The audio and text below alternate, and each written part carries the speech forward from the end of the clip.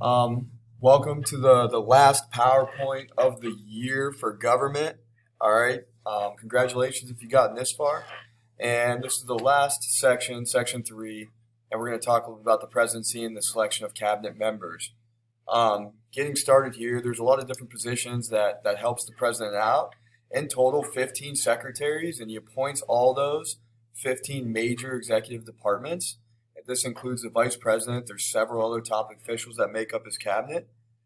They advise the president and serve as administrators on the large bureaucracies that they're under. They have to be approved by the Senate. So he selects them, and we should know this. We've been talking about it quite a bit in the House of Representatives section that we talked about. And the selection of the cabinet is so important and really contributes to how good the president's going to be during his terms. Um, it's impossible for the president to know everything about every single thing in the United States government. Therefore, he has to hire experts to lead these departments that he has during this time. Okay. Um, have a background that is compatible with the department he or she will head, satisfy powerful interest groups that have a stake in the department's policies, and they must have a high level of administration skills and experience. The majority of the time, these cabinet members are not getting paid as much as if they actually went on out on their own. It's a respectable thing, position to serve for your country. It will lead to other jobs in the near future. Um, Before making final cabinet decisions, what they will do, usually the White House will leak certain names to see how the public reacts to it, just to see if they will be good as far as the public is concerned. The role of the cabinet, each member is responsible for the executive department that he or she heads. As you can see, there's 15 separate ones. As a group, the cabinet is intended to serve as an advisory body to the president, help the president make decisions and the right decisions moving forward for the country. Throughout history, the cabinet's role in decision making depended on the president's wishes. Some of the role of the cabinets, okay. Um, Though several recent presidents have attempted to increase the cabinet's role, most have ended up going elsewhere for advice. Some cabinet members, known as the inner cabinet, so we have an inner cabinet, definitely have a greater influence and are around the president more. It's kind of like his close inner circle or her close inner circle, because these inner cabinet members, they're concerned with the most sensitive national issues. All right, the Secretary of State deals with foreign countries and as a diplomat for the United States of America. You see a picture of the past one, John Kerry, during Obama's presidency. Clinton also served on that. The Secretary of Defense, okay, usually as a general. We've seen a couple different ones. We've seen a lot of different cabinet positions under the Trump administration. The Secretary of Treasury and the Attorney General will defend the United States in all cases and persecute as well and represent the United States when it comes to courts. Secretary of Treasury obviously dealing with money and deals with the Federal Reserve. Executive Office Agencies, EOP, was created during FDR's administration in 1939. The EOP staffs include attorneys, scientists, social scientists. Now we're talking about the coronavirus. We have a coronavirus task force that Mike Pence helps and he leads.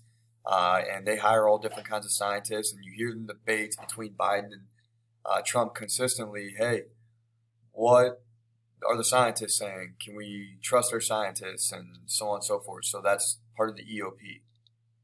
Office agencies, some of the other agencies in the presidency, in the president's office, management and budget, OMB, prepares the national budget for the president, who then presents it to Congress. The OMB also reviews all legislative proposals in the executive agencies. And this review is called the Central Clearance. Congress also created the NSC, the National Security Council, to advise the president. They coordinate U.S. military and foreign policy. You'll see generals on there, different things along those lines. Special Assistant to the President, the National Security Advisor, directs the NSC staff. George W. Bush created the Office of Homeland Security after 9/11.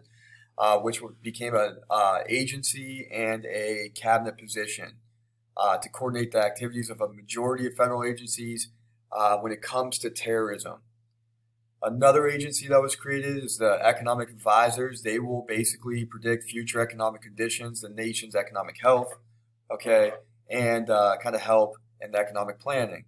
Therefore, these people that sit on this one are some of the United States' best economists that sit on this. The White House staff is chosen by the President of the United States and by the President of the United States alone without Senate confirmation.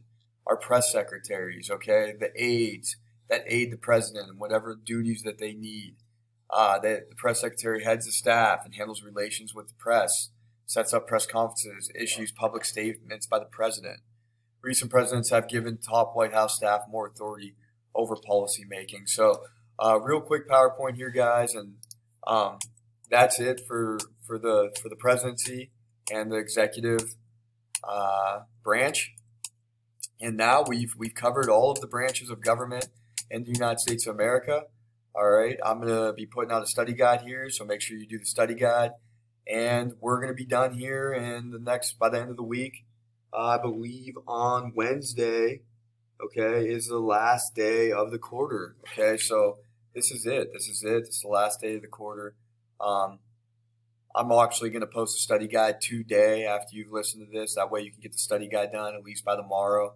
And then we'll have an extra day of just making up work, okay, before we roll over into economics on Thursday. All right, so make sure that you're listening to this. Make sure you're doing your study guide, okay, and getting that in for easy points.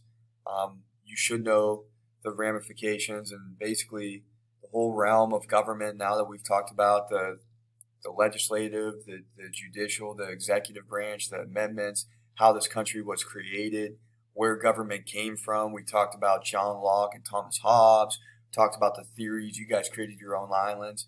You guys have done so much in a short amount of time.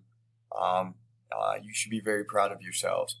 And don't let it slide where you're not getting stuff turned into me. Make sure you get your stuff handed into me ASAP. All right, guys. Thank you for joining in today. All right, have a nice day. Make sure you do your study guides.